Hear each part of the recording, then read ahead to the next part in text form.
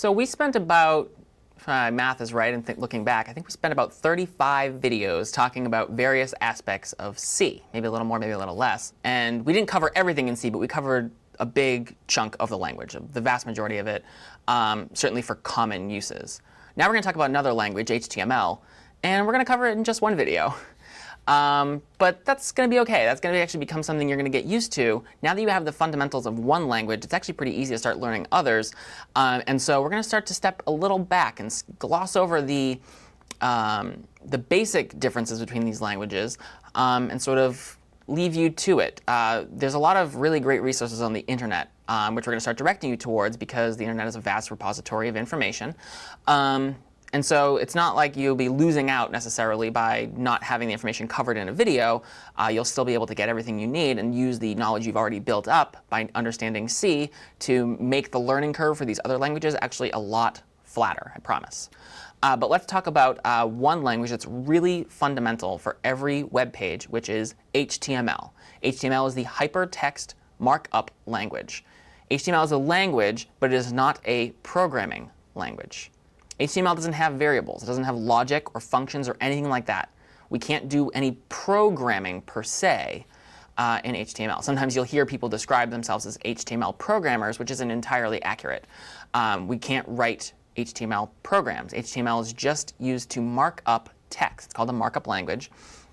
And what this does, this markup, we use tags in HTML. And these tags, this markup, semantically defines the structure of a page and causes the plain text that exists between tags to be interpreted by browsers in different ways. And perhaps it's best to explain this by way of an illustration.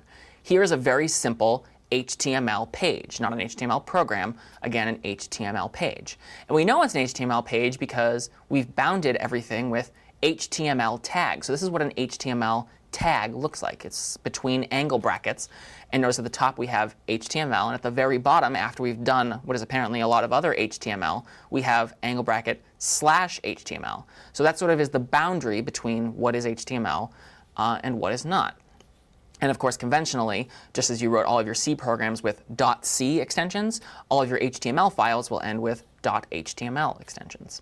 But there's more going on here. We don't just have these HTML tags. We apparently have this thing called a head tag. Well, OK, what's that? Well, maybe best to distinguish by way of a body, body being the content of the web page. So maybe the head tag defines stuff that isn't in the browser window proper, but is somehow important to our web page being rendered correctly. For example, inside of the head tag, we have title tags. So title being hello world, that's actually going to be what shows up in the tab in Chrome or in Safari or Firefox, whatever browser you prefer. That's what's going to show up in the title. And before tabs, it would show up in your entire browser window, and you can only have one page open in a browser window at a time. So that's going to be the title of my page up in the tab or the browser window bar, hello world. And then the content of my web page will be world hello. So let's take a look at what something like this might look like. This is a pretty simple HTML page. So I'm here in my CS50 IDE, and I've zoomed in a little bit. And I'm just going to open up hello.html and show you that this is pretty much the page content that we saw before. My simple HTML, head tags, title tags, body, and so on. I've indented to be clean. And then what I can do in my IDE is just preview the page. And there we go. The content of my page is world hello. And I don't see anything from the head tags there. It's just the content of the body, world hello. And again, the body just said world hello. The other part is missing. So that's really all it is. This is a very simple, basic HTML page. Now, I've indented my HTML to be really nice and organized, but I don't actually have to.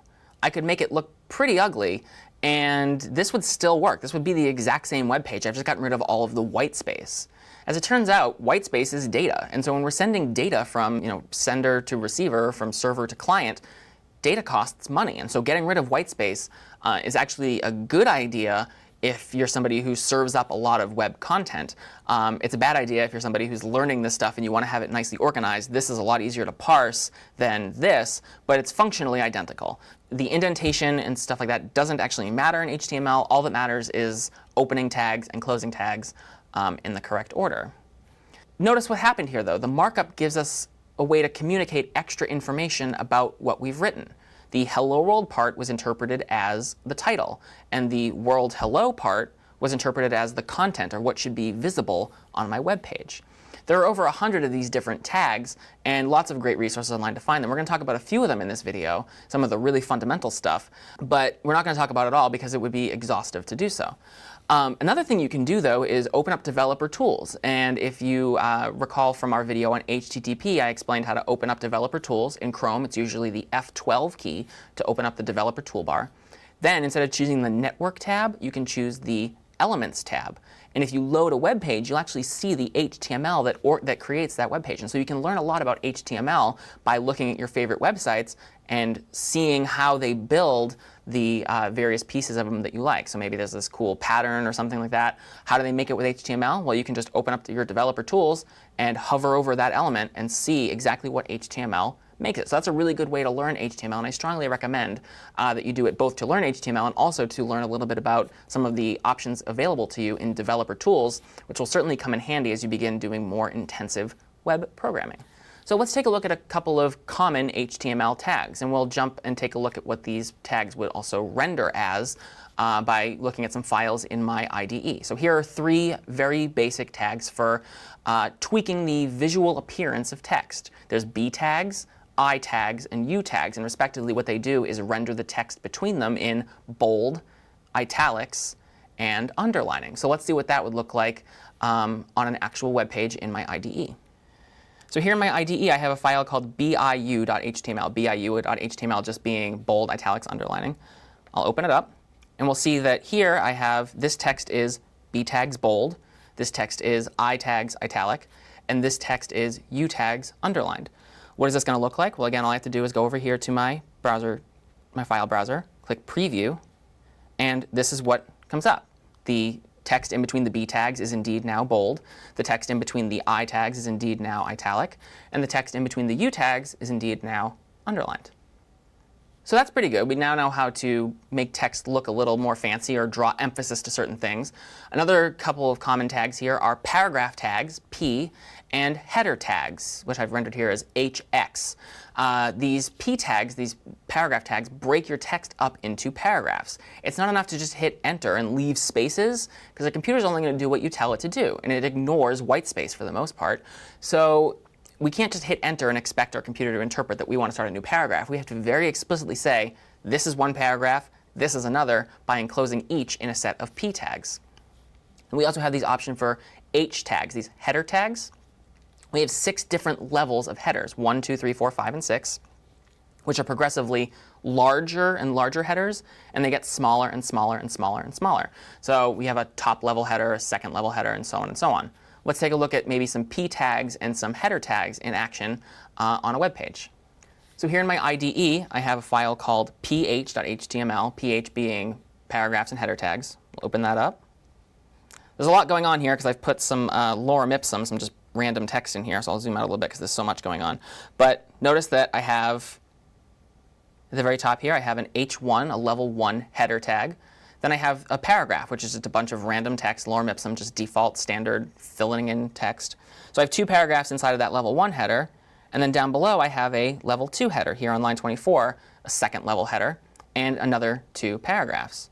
Well, what does this look like if I view it in my preview? Let's see.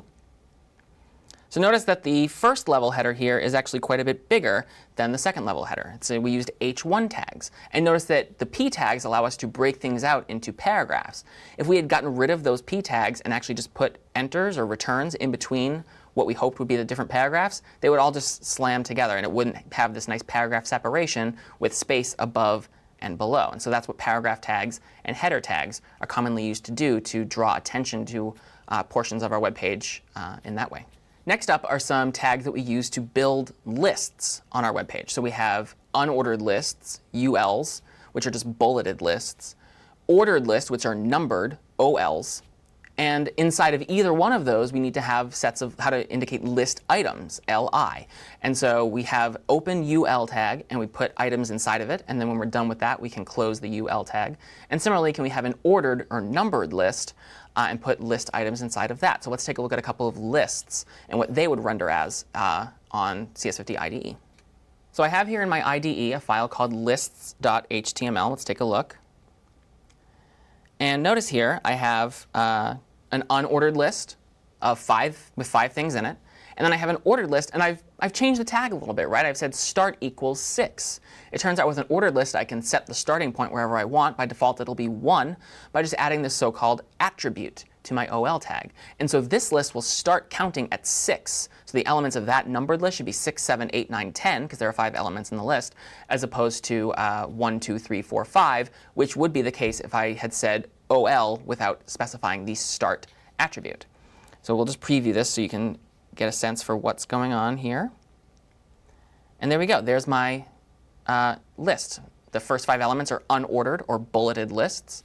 And the next 5 elements are a separate ordered list starting from 6. So that's how we can build lists using HTML. Another thing you might want to do with HTML is build a table of information, of rows and columns, to present information in a particularly organized way. To do this with HTML, we can have a table definition, beginning open bracket table, and then inside of that table we might have a set of rows, TR tags to indicate each row, and then TD tags go inside of TR tags to specify a column within a row. Why is it called TD and not TC? Well, TD stands for table data. Usually you're putting your information there. So that's why it's TD and not TC. It's a little bit confusing. So you have table tags, and inside of your table tags you have a number of rows, TRs, and inside each row you have TDs for the number of columns that you want to have in that particular row. Let's take a look at a very simple table over at CS50 IDE. So I have here a file called table.html. Let's have a look at what that looks like.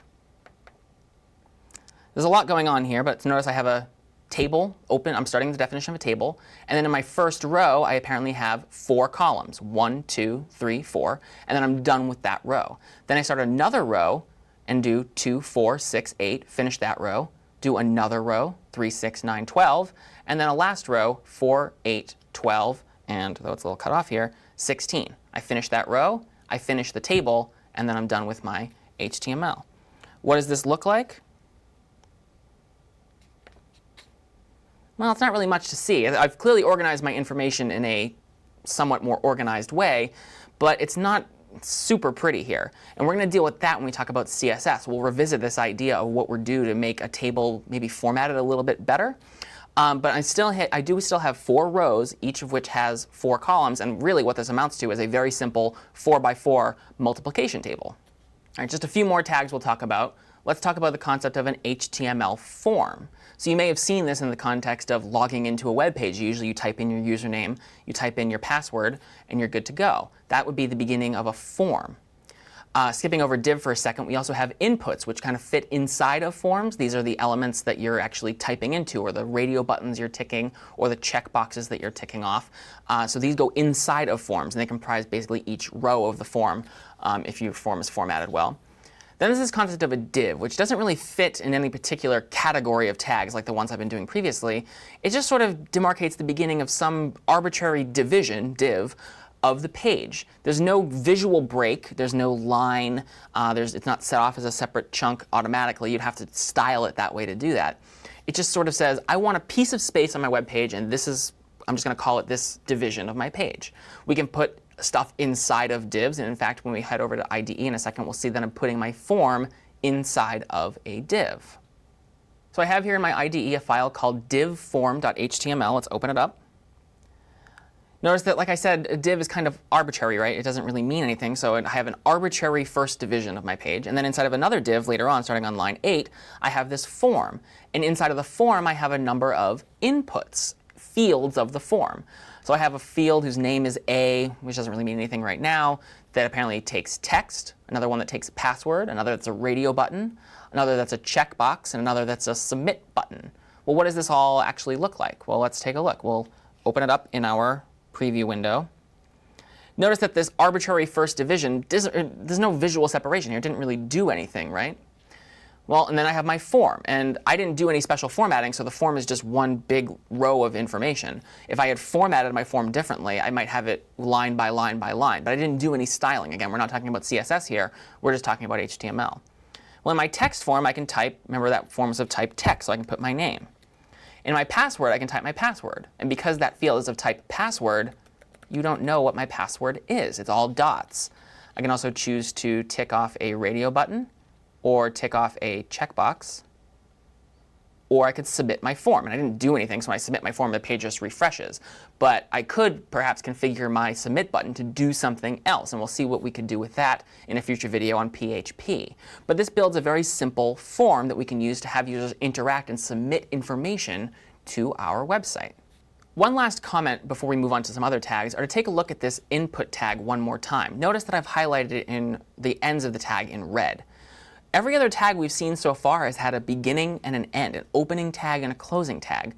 But an input tag doesn't. There's no text that goes in between input tags. All of the information we're intending to convey is bound up as part of the attributes of that input. Notice we have input name equals X, type equals Y. That's really all the information we need.